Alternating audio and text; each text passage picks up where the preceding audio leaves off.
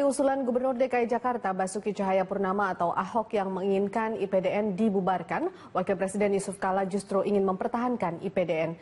JK menilai IPDN tetap dibutuhkan. Meski ingin mempertahankan IPDN, Yusuf Kala ingin adanya perbaikan dari sistem penerapan pendidikan, khususnya penghapusan praktik kekerasan fisik dan non-fisik seperti yang kerap terungkap ke publik. JK juga setuju jika ada evaluasi terhadap setiap kasus kekerasan di internal IPDN.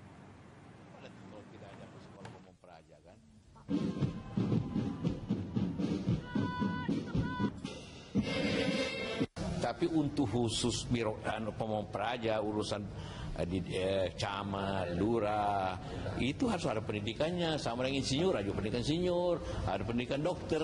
Ini pimpinan pemom praja itu pemerintah dalam negeri harus ada sekolahnya juga. Masih diperlukan ya Pak? Pak, tentang kritik kekerasan di dalamnya sendiri sampai ada yang meninggal. Itu jadi bukan epideminya dibubarin, kekerasannya yang harus Gubernur DKI Jakarta Basuki Cahayapurnama atau Ahok mengusulkan pembubaran Institut Pemerintahan Dalam Negeri atau IPDN. Ahok menilai keberadaan IPDN tidak membuat pelayanan publik membaik. Nama institusi pemerintahan dalam negeri atau IPDN kembali mencuat. Lembaga pencetak pamong praja ini kembali disebut-sebut bukan karena terulangnya kasus kekerasan, tetapi dipicu usulan pembubaran IPDN oleh Gubernur DKI Jakarta Basuki Cahayapurnama atau Ahok. Masalahnya di mana? Menurut Ahok, usulan itu sudah disampaikannya kepada Presiden Joko Widodo. Selama ini menurut Ahok, IPDN hanya memberikan pembekalan kesatuan korps saja. Selain itu, Ahok juga menilai keberadaan IPDN yang selama ini menjadi motor birokrasi tak membuat pelayanan publik membaik. Itu memang betul sejarah dari zaman Bung Karno, betul zaman itu gaji PNS begitu kecil. Jadi PNS semua IPDN disiapkan ke Pamongan persis TNI Polri gitu loh. Karena pengabdian segala macam. Tapi dalam perkembangan zaman ini kan sekarang apa yang ngabdi sebetulnya? Iya kan? Orang mau ribut gitu. Itu cuma usulan kan? Kenapa saya usul? Karena saya ngerti undang-undang, yang bisa merevisi undang-undang, yang bisa mengajukan revisi undang-undang hanya Presiden dan DPR RI bersama, bukan saya. Makanya saya usul. Kalau menurut saya tidak perlu lagi ada IPDN. Menanggapi usulan Ahok, Wakil Presiden Yusuf Kala menegaskan IPDN tidak akan dibubarkan. JK menilai IPDN tetap dibutuhkan untuk melahirkan pamong praja. Tapi untuk khusus pemom praja, urusan di camat, lurah, itu harus ada pendidikannya. Sama dengan insinyur, ada pendidikan insinyur, ada pendidikan dokter. Ini pimpinan pemom praja itu pemerintah dalam negeri harus ada sekolahnya juga. Masih diperlukan ya Pak? Pak, tentang kritik kekerasan di dalamnya sendiri sampai ada yang meninggal. Itu jadi bukan epideminya dibubarin, kekerasannya yang harus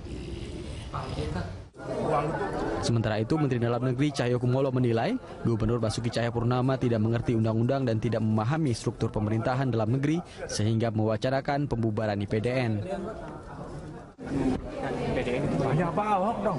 Tapi setuju nggak Pak? Setuju tidak? Bertanya Pak Ahok, kan Pak Ahok lebih hebat. Pak Ahok lebih hebat nih. Usulan Ahok tersebut mendapat reaksi keras dari alumni IPDN. Ikatan Keluarga Alumni Pendidikan Tinggi Pamong Praja menyesalkan usulan orang nomor 1 DKI tersebut. Tim Liputan Berita 1, Jakarta.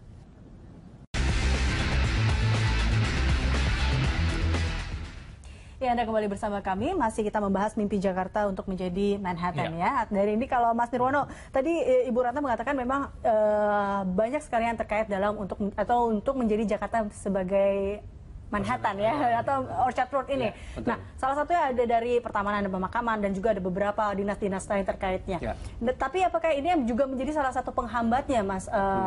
Kalau kita tahu ini kan dari zamannya Sutioso sampai sekarang juga belum terwujud juga nih. Ya, jadi dari pengalaman kami temukan bahwa untuk pembangunan trotoar ya, itu paling enggak harus melibatkan minimal 10 instansi yang terlibat. Nah, menurut saya tidak masalah siapa yang menjadi leadernya atau koordinatornya, tapi harus ada semacam kayak master plan jalur pejalan kaki tadi.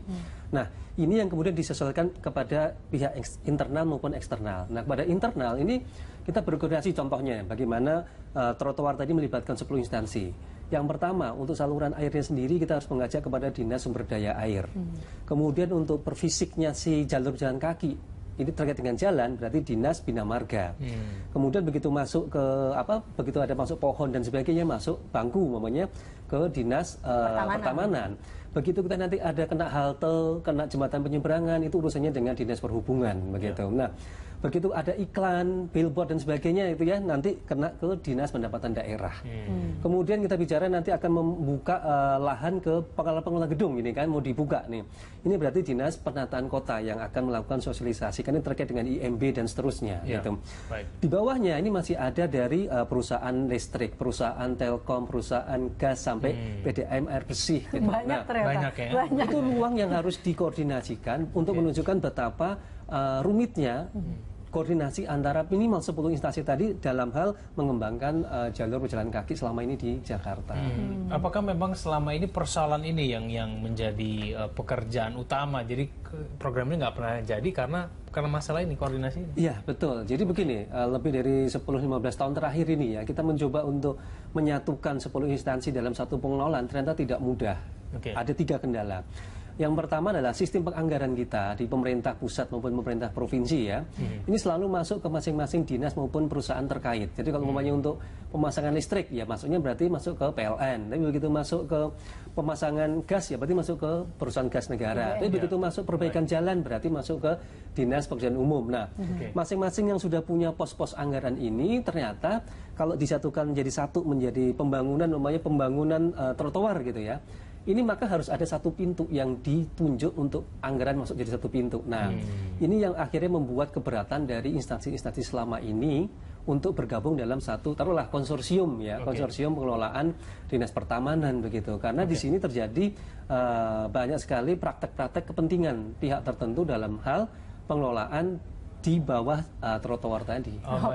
Gitu. Kita coba tanyakan ke Bu Ratna ya. Ini koordinasi antar kepala dinas seperti apa, Bu Ratna? Kalau tadi Mas Yoga tadi menyampaikan ya bahwa persoalan yang menjadi persoalan utama itu adalah harus ada koordinasi yang baik antara kepala dinas terkait begitu ya, karena ini kan banyak kepentingan yang ada di wilayah Tamrin Sudirman. Nah, Bu Ratna, ini koordinasi seperti apa yang sudah dibicarakan dan yang nanti akan dilakukan supaya menghindari proyek ini gagal seperti yang sebelum-sebelumnya, Bu Ratna?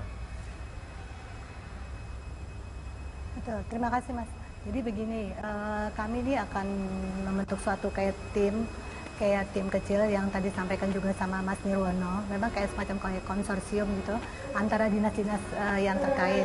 Karena memang kayak trotoar, tadi sampaikan bina marga, terus kayak pohon kita pertamanannya. Nah itu juga banyak lagi, mungkin ada sekitar 10 dinas yang terkait untuk kegiatan ini. Jadi dibentuk mungkin leading sektornya mungkin dari bina marga karena memang karena kegiatan ini menyangkut dengan trotoar gitu. Nah terus kita sudah melakukan juga untuk membentuk semacam tim kecil itu dan juga kita mungkin juga harus melakukan sosialisasi ke yang punya gedung karena kan pasti ini mereka akan membuka pagarnya nih Mas. Nah, itu kan mungkin ada juga keberatannya dan sebagainya. Seperti itu. Jadi kita memang pertama kali harus kita lakukan adalah sosialisasi. Nah ini berarti yang menjadi leader di pembangunan ini nanti dari Bina Marga gitu ya Bu ya? Paling tidak untuk koordinasi utamanya dari Bina Marga gitu Bu ya? Ya sepertinya, ya betul leading sektornya. Iya, Bu Ratna sejauh ini untuk sosialisasi apakah sudah dilakukan atau seperti apa Bu Ratna? Sebetulnya sih kita memang kalau mimpinya sih sudah lama ya Mas ya, Mbak ya. Cuma memang kalau untuk sosialisasi nanti kita akan rencanakan ke depannya nih. Oh oke, baik. Karena memang kita kan baru semacam kemarin rencana Pak Gubernur gitu. Oke, baik. Ya. Mas Yoga, kalau menurut Anda kemudian ini Bina Marga yang akan memimpin, terus kemudian ini sosialisasi akan segera dilakukan. Ini kemudian tahap-tahap awal paling tidak kita sudah melihat ini baik tidak, ini cukup serius tidak ini pemerintah DKI Jakarta? Ya, sebenarnya sudah kita lihat juga apresiasi ya persiapan dilaksanakan. Tapi saya ingin memberi catatan bahwa pertama segera dibuatkan tadi master plan secara utuh ya, secara utuh karena di situ akan ketahuan siapa yang bertanggung jawab dan apa tugasnya masing-masing. Pembagian tugas jelas. Satu. Kemudian yang kedua dari pengalaman kami untuk pelaksanaan di lapangan, apalagi tadi sosialisasi ke pemilik gedung harus dilakukan langsung oleh gubernur. Karena pengelola gedung ini biasanya ingin mendengar langsung dari gubernur. Karena ini terkait dengan contohnya umpamanya konsensi apa yang mereka dapat kalau umpamanya pagarnya dibongkar, kemudian halaman yang dia dimundurkan 3-4 meter menjadi bagian dari ruang publik pedestrian gitu. Nah, Karena di sini nanti terkait dengan insentif apa yang akan diberikan oleh Pemprov DKI kepada para pengelola gedung gitu. Karena kan di sini yang dipegang omongannya adalah Pak Gubernur kan. Contoh umpamanya mereka akan dapatkan diskon pajak umpamanya. Ini berapa persen, bagaimana cara pembayarannya mereka harus dapat. Karena dengan demikian ada kepastian. Terus ketiga, para pengelola gedung ini dari pengalaman pendampingan kami dahulu yaitu seberapa besar pihak Pemprov DKI memberikan jaminan keamanan dan keselamatan bagi gedung mereka.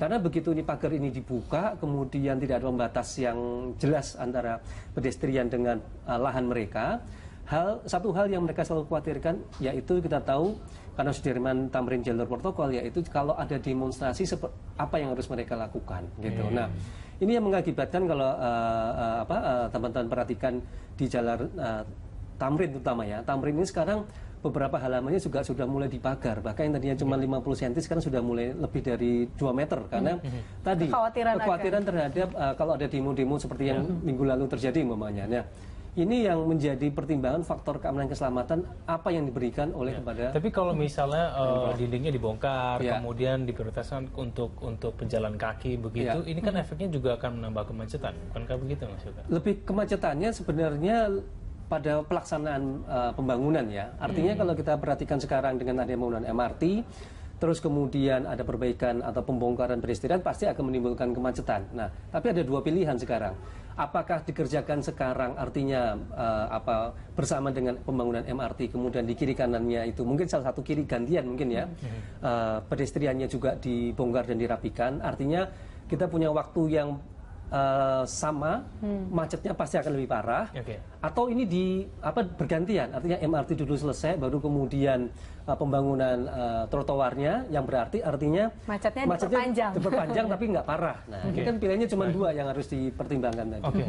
Saya mungkin ke Bu Ratna dulu. Bu Ratna, saya ingin tahu Bu, ini sebetulnya prioritas dari DKI Jakarta untuk mengubah wilayah Tamrin Sudirman seperti layaknya luar negeri itu, tujuan utamanya seperti apa sih Bu? Ini apakah memang untuk memperlebar, untuk memberikan prioritas kepada penjalan, untuk meringankan kemacetan, atau membuat Tamrin Sudirman itu menjadi lebih cantik aja, atau seperti apa sih tujuan utama ini rencananya Pak Ahok ini? Mungkin Bu Ratna bisa jelaskan.